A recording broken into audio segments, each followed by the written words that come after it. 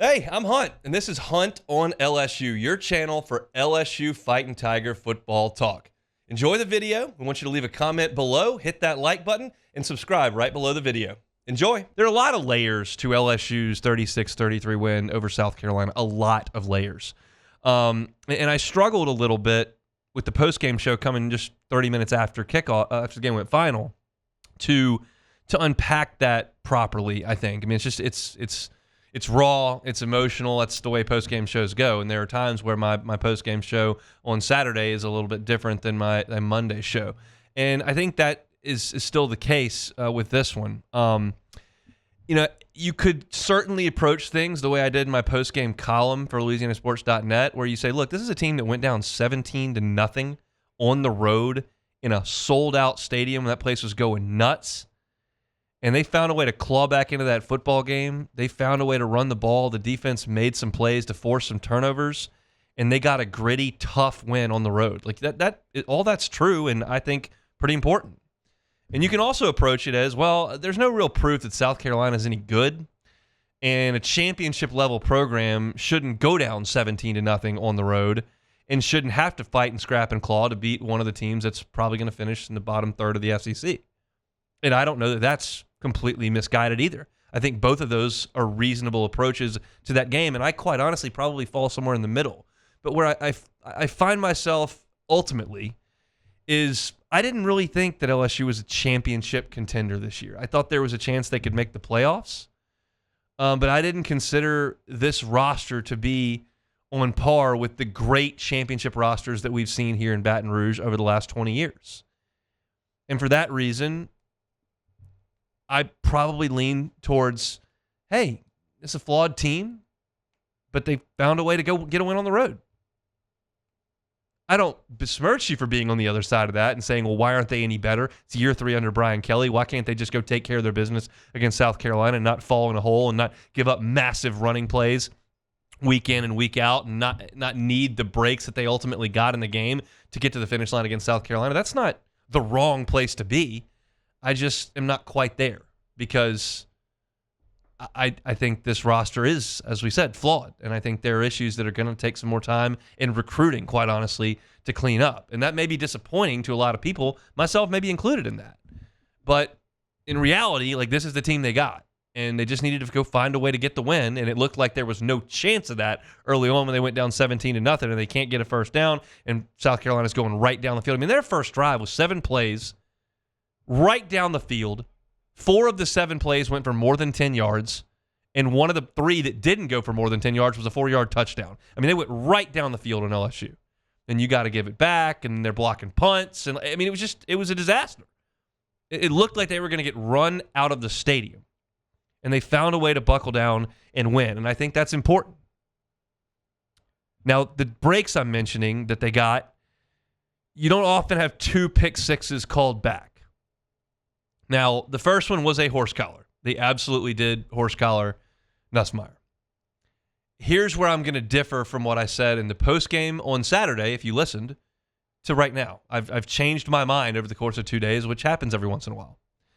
I called the personal foul on Kyle Kennard for unnecessary roughness against Garrett Nussmeier that took the pick 6 off the board in the second half.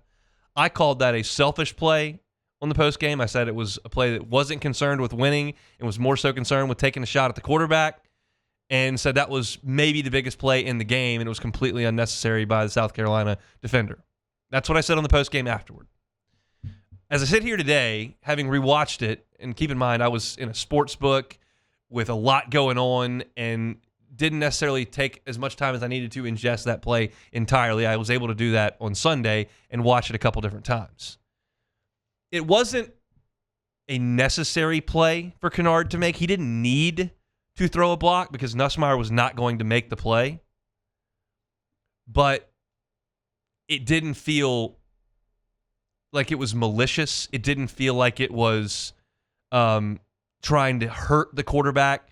He shoved him really hard in the chest. And they try to protect the quarterback. I understand that. Nussmeier hit the deck really hard and kind of laid there a little bit. I don't know, having watched it again, that I think that was worthy of pulling 6 points off the board. But hey, you'll take it. And LSU got the break there. Sometimes you get breaks, sometimes you don't. They got that break, and they needed it because it was going to be a 2-score game if that play stood. But there was some really good stuff, I thought, in the game. I mean, obviously, the easiest highlight to point out in this game was Caden Durham and his emergence. And that's pretty surprising in Game 3 in the first road game. That's a spot where I would assume that they would lean on Josh Williams and then Caleb Jackson, some older players. But instead, they got Durham involved, and he produced 11 carries, 98 yards, 2 touchdowns, had a 26-yard touchdown that was really impressive. I think of Durham as a speed guy. I think of him as a track guy. I knew that he had a low center of gravity and that he was sturdy. I knew that he wasn't too small, but I didn't necessarily see him breaking that many tackles this early in his career. I knew the speed, the burst, but the balance and the body control and the ability to make guys miss, I was really impressed by, and I think you're going to see more of him in the game on Saturday. When they got his commitment and ultimately got his signature, and I looked at Caleb Jackson, and I looked at those two guys with Harlem Berry on the way, and I was like, this is what LSU's running back assembly line generally looks like. Like there was a 20-year run there where there was just NFL guy after NFL guy after NFL guy. And it felt like that got a little bit chopped up over the last 5-6 years. And now I think you're starting to see it again. And I think Caden Durham's going to be awesome. I was thrilled by what you saw from him in the game. The other one on the defensive side was obviously Bradyn Swinson. He was phenomenal in the pass rush game.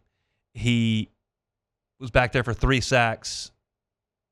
And he was just very, very present the entirety of the second half. And when you are able to go out there and impose your will and assert yourself to get 3 tackles in the backfield and force a fumble and get the opposing starting quarterback out of the game, like that's a really impactful day for him. And I do think LSU's got some guys that can rush the passer. We know Perkins can rush the passer. We know that Swinson now can rush the passer. We've seen Whit Weeks really good in his pass rush situations at times. I think Savion Jones looked good rushing the passer against USC, Southern Cal. They've got some guys that can do that, and that ultimately was big in this game because you got to Sellers and you knocked him out of the game, which was another break, but you kind of created that one. And then once Ashford came in and was trying to throw the ball, like they didn't trust him, and you really made things tough on them. And LSU did create a significant amount of havoc in this game. They forced 9 tackles in the backfield, 5 sacks. You got to Sellers and knocked the ball free and got a turnover out of that. Like, they're not going to be a great defense. They're just not. They don't, in my estimation, have the talent level that produces those great LSU defenses we've seen in the past. And that is partially on Brian Kelly and the staff that he has assembled through 3 years. But they're going to have to create some negative plays. If that means sending Sage Bryant on a blitz to create a fumble, you got to do it. If that means getting Harold Perkins involved in the pass rush 85-90% of what he's doing, you got to do it. You've got to create some negative plays. And they did that in this game. It's still pathetic to give up 2 65-plus yard touchdown runs, untouched. Sellers and Sanders, untouched, 65-plus yards. That's pathetic. But they did do some good things to create turnovers and to get some stops that ultimately got them to the finish line in the game. Hey, thanks for watching Hunt on LSU. Before you get out of here, do us a couple of favors. Hit that like button, leave your comments below, and subscribe to the channel for all your Fighting Tiger football talk. See you next time.